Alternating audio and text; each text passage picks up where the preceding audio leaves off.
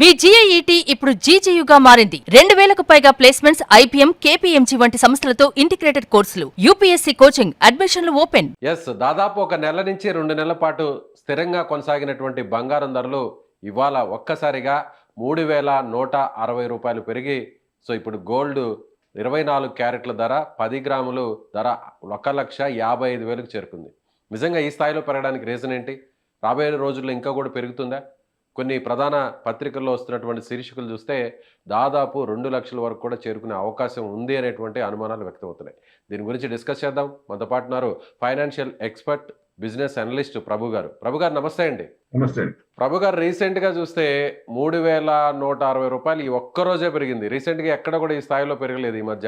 ఎందుకంటారు కారణం? మీరు బయట చెప్తున్నారు, ఎక్స్చేంజ్ లో ఇవాళ 1300 1,54,440 ఉంది.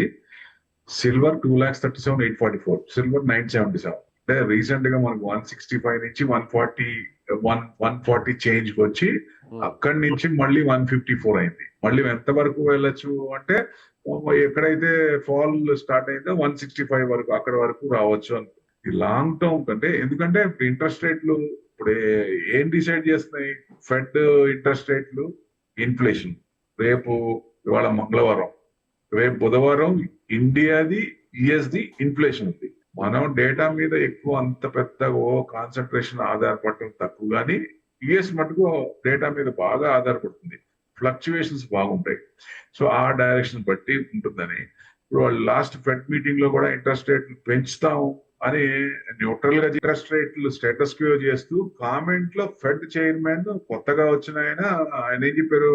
నెక్స్ట్ ఇంట్రెస్ట్ రేట్ పెంచుదామని ఉద్దేశం ఉన్నట్టు పాజిటివ్ గా మాట్లాడారు. దాని అనుగుణంగా కొంచెం తగ్గాల్సిన టైంలో రివర్స్ అవుతుంది. ఎందుకు అంటే మళ్ళీ జియో పొలిటికల్ టెన్షన్స్ వల్ల మళ్ళీ వాళ్ళు ఒమాన్ కొన్ని కంట్రీస్ కలిపి, ఇరాన్, వీళ్ళు ఇద్దరు కలిసి స్టేట్ ఆఫ్ హార్మూజ్ లో ట్యాక్స్ కలెక్ట్ చేస్తాము అనేది ఓ రకంగా ఈయన దగ్గర భరోసా తీసుకొని, ఎందుకంటే ట్రంప్ వాళ్ళని గెలికి, వాళ్ళని యుద్ధం చేసి, వాళ్ళంతా సర్వనాశం చేసి ఇప్పుడు వాళ్ళకి డబ్బులు ఇస్తామని $300 బిలియన్ ఇస్తామని మాట ఇచ్చారు కదా. ఇప్పుడు ఆ $300 బిలియన్ ఇవ్వకుండా మీరు జనాల దగ్గర కలెక్ట్ చేసుకోండి, ఏదైతే షిప్స్ వెళ్తున్నాయో వాటి మీద కలెక్ట్ చేసుకోమని భరోసా ఇస్తున్నట్టు ఒక రకంగా వాళ్ళు కలెక్ట్ చేస్తారంటే 20 లక్షలు షిప్ కట్టాలి. అంటే క్రూడ్ తగ్గినా ఏం ఉపయోగం ఉండదు మనకి. సో 20 లక్షలు మళ్ళీ కట్టాలంటే మన ఆ డబ్బు మన కరెంట్ అకౌంట్ డెఫిషన్ పడుతుంది కదా. సో దాని అనుగుణంగా కొంచెం పెరుగుతుంది అనుకుంటే, అట్లానే 78 నుంచి మార్క్ 80, 83, 84 వచ్చి ఇప్పుడు 88 అయింది. సో ఎందుకంటే మళ్ళీ ఇంట్రెస్ట్ రేట్లు తగ్గిస్తారు అనేది మళ్ళీ వస్తోంది. అక్కడ కొంచెం ఇన్ఫ్లేషన్, మన ఇన్ఫ్లేషన్ కంటే లాస్ట్ టైమే మన ఇన్ఫ్లేషన్ అనుకున్న దానికంటే కొంచెం ఇదైంది. బట్ ఆర్బీఐ అనుకున్న రేంజ్ లోనే ఉంది. వాళ్ళకి కొంచెం హై నుంచి కొంచెం తగ్గింది. మళ్ళీ అసలు యాక్చువల్గా అయితే డబుల్ అయింది. బిఫోర్ జనవరి, లాస్ట్ జనవరి అంటే ట్రంప్ జనవరి 20th జాయిన్ అయ్యే ముందు ఇన్ఫ్లేషన్ కంటే తర్వాత ఇన్ఫ్లేషన్ డబుల్ అయింది. సో అంత పెరిగింది కాబట్టి వాళ్ళది కొంచెం కూల్ ఆఫ్ అవుతుందా, లేదా ఇట్స్ ఏ ఒరిజినల్ ఇన్ఫ్లేషన్ అది అనేది కూడా డౌట్ వస్తుంది. ఎందుకంటే అంత ఎక్కడ కూడా తక్కువ లేదు. ఏ ప్రోడక్ట్ చూసినా ట్యాక్స్ వల్ల ఎక్కువ పెట్టి కట్టుకోవాలి, ఎక్కువ పెట్టి కొనుక్కోవాలి. ఆ డిఫరెన్స్ ఉంటుంది కదా. మరి ఇన్ఫ్లేషన్ ఏ రకంగా తగ్గిందో అనేది వాళ్ళే చెప్పాలి. సో ఎట్టి పరిస్థితుల్లో ఏంటంటే మనది కంట్రోల్లో ఉంది కానీ వాళ్ళది కంట్రోల్ లేదు. రేపు వస్తాయి కాబట్టి దాని అనుగుణంగా కూడా బూలియన్ కి కొంచెం సపోర్ట్ చేస్తుందనే ఉద్దేశంతో ఉంది. సో అదొకటి పాయింట్. అంటే 2 లక్షల వరకు వెళ్ళొచ్చా అంటే ఇది 10 grams 2 lakhs వరకు వెళ్ళొచ్చు. బట్ టైం అనేది 1 year లో వెళ్తుందా, 2 years లో వెళ్తుందా చెప్పలేము. ఈ జియో పొలిటికల్ టెన్షన్స్ ఏదైతే సపోర్ట్ చేసుకొని మళ్ళీ అయితే సెంట్రల్ బ్యాంక్స్ ఉన్నాయి కదా, సెంట్రల్ బ్యాంక్స్ ఎక్కడ కొనట్ల. ఇప్పుడు లేటెస్ట్ గా పెరగటానికి max to max maximum point చూస్తే మొత్తం భూతద్దం పెట్టి వెతికితే ఏం తెలుస్తోంది? చైనా ఎక్స్పోర్ట్ చేస్తోంది యుఎస్ కి. నాకు డాలర్స్ లో కానీ మా కరెన్సీలో కానీ డబ్బులు అవసరం లేదు, గోల్డ్ ఇవ్వమని, ఎక్స్పోర్ట్ చేసిన దానికి గోల్డ్ ఇవ్వమని డిమాండ్ చేస్తుంది. That's the main thing. ఇదే కారణం ఇంత డిమాండ్ రావడానికి. ఎందుకంటే ఆల్ ఆఫ్ ఎ సడన్ పెద్ద చేంజెస్ ఏం లేవు.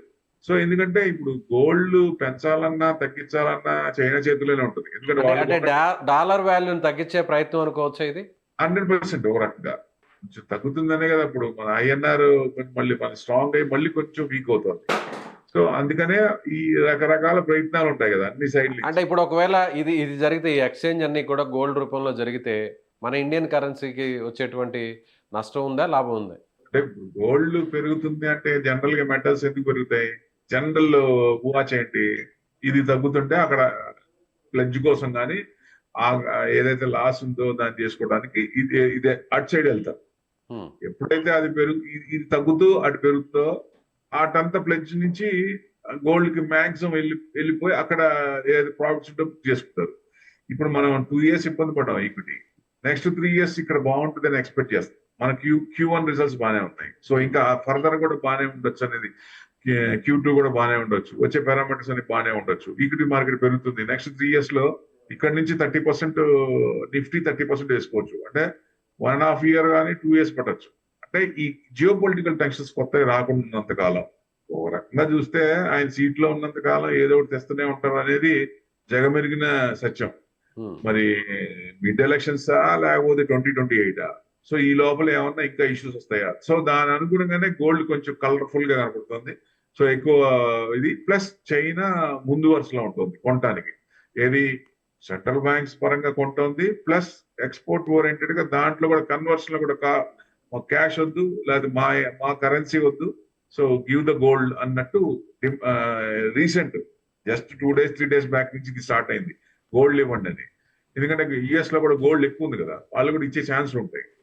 సో దాని అనుగుణంగా అది నడుస్తుంది. ఇప్పుడు అందరూ అడుగుతారా అనేది ఇప్పుడే చెప్పలేము. అందరూ మా కరెన్సీ వద్దు మాకు గోల్డ్ కావాలని అడగటం అనేది జనరల్ గా కొన్ని కంట్రీస్ రావచ్చు, కానీ అందరూ అడుగుతారని చెప్పలేము.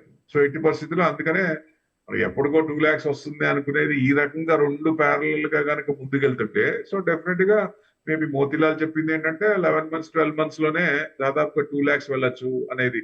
ఎందుకంటే ఇప్పుడు 154 ఉంది, ఇంకా 50,000, 10 grams 2 lakhs అనేది ఈ టెన్షన్స్ ఉన్నప్పుడు వెళ్ళదు అని చెప్పడానికి కూడా ఆస్కారం కూడా కనపడలేదు. వెళ్తుంది అనేది ఇదే కనపడుతుంది. అది ఎంత 11 months పట్టచ్చు, మేము 2 years పట్టచ్చు. ఎందుకంటే ఈయన ఇప్పుడు యుద్ధం చేసి అంతా చేసి నాకు స్ట్రైట్ ఆఫ్ హార్మూజ్ ఓపెన్ చేయండి, నా న్యూక్లియర్ ప్రశ్ననే తేను అది అసలు దాంట్లో తీసేయండి, ఇక మనం స్ట్రైట్ ఆఫ్ హార్మూజ్ ఓపెన్ చేయండి అన్న పరిస్థితికి వచ్చిన ఆయన.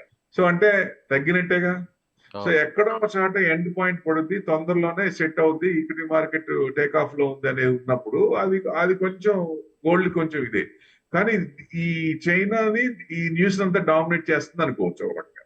ఎందుకంటే వాళ్ళు ఎక్కువ ఎక్స్పోర్ట్ చేస్తారు, మ్యాక్స్ టు మ్యాక్స్ యుఎస్ నుంచి వచ్చేది చైనా నుంచి వస్తాయి కదా. సో అవన్నీ కూడా తీసుకుంటే మనకు అక్కడ దీన్ని ఎంత ఇది ఉన్నా దాన్ని డామినేట్ చేస్తుంది అనుకోవచ్చు. అందుకనే గోల్డ్ కొంచెం తగ్గాల్సింది పోయి, నేను పెంచుతాను ఇంట్రెస్ట్ రేట్లు అన్నప్పుడు గోల్డ్ జనరల్ గా తగ్గాలి, తగ్గకుండా పెరుగుతుందంటే this is the main reason అనుకోవచ్చు. Right sir. సో ఇన్వెస్టర్స్ కి ఇప్పుడు ఇది ఒక రకంగా చూడాలంటే గడ్డు కాలమా, లేదంటే పర్లేదు ఇన్వెస్ట్ చేసుకోవచ్చు, ఇంకా కూడా గ్రాడ్యువల్ పెరిగే అవకాశం ఉంది కాబట్టి ఇన్వెస్ట్ చేయడానికి ఇది రైట్ టైం అనుకోవచ్చా? గోల్డ్ అనేది ఇమీడియట్ క్యాష్, ఎక్కడైనా ఇన్వెస్ట్మెంట్ చేసుకోవచ్చు. ఎందుకంటే అర్ధరాత్రి మనకు 2ంటికైనా మనకి ఇమీడియట్ క్యాష్ వస్తుంది, మరి వేరేది రాదు. ఇంకోటి అంటే టైం తీసుకుంటుంది, బట్ ఇది ఇమీడియట్ గా ఎవరైనా భరోసా ఉంటుంది కదా. సో అందుకనే అది ఇమీడియట్ క్యాష్, ఏ లెవెల్లో అయినా కొనుక్కోవచ్చు. కాకపోతే డౌన్ లో కొనుక్కున్న వాళ్ళు హ్యాపీగా ఉంటారు. ఇప్పుడు అంతకు ముందు 900 వాటిలో కొనుక్కున్న వాళ్ళు ఎంత హ్యాపీగా ఉంటారు.